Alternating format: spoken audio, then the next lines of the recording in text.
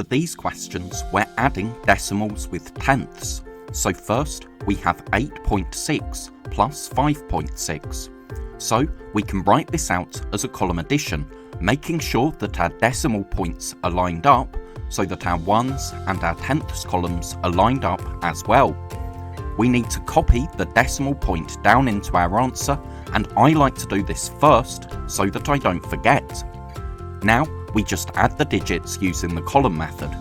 So 6 plus 6 is 12, that's 1, 2, and 1 plus 8 plus 5 is 14, so our answer is 14.2.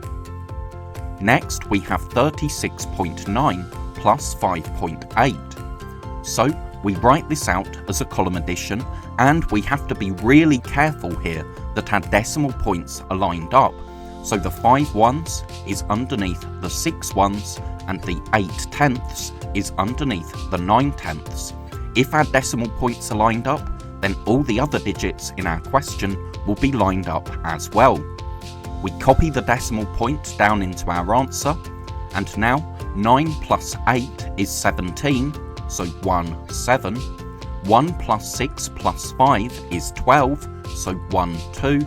And 1 plus 3 is 4, so our answer is 42.7. Finally, we have 82.2 plus 5.6. Again, we need to write out the question with the decimal points lined up.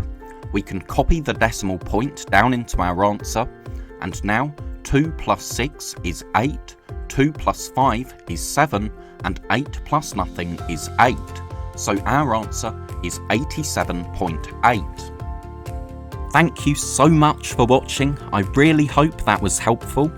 If you're a teacher or a parent, then please subscribe or go to keystage2maths.com to download resources for this lesson and many more. That's all for now. I'll see you in the next video.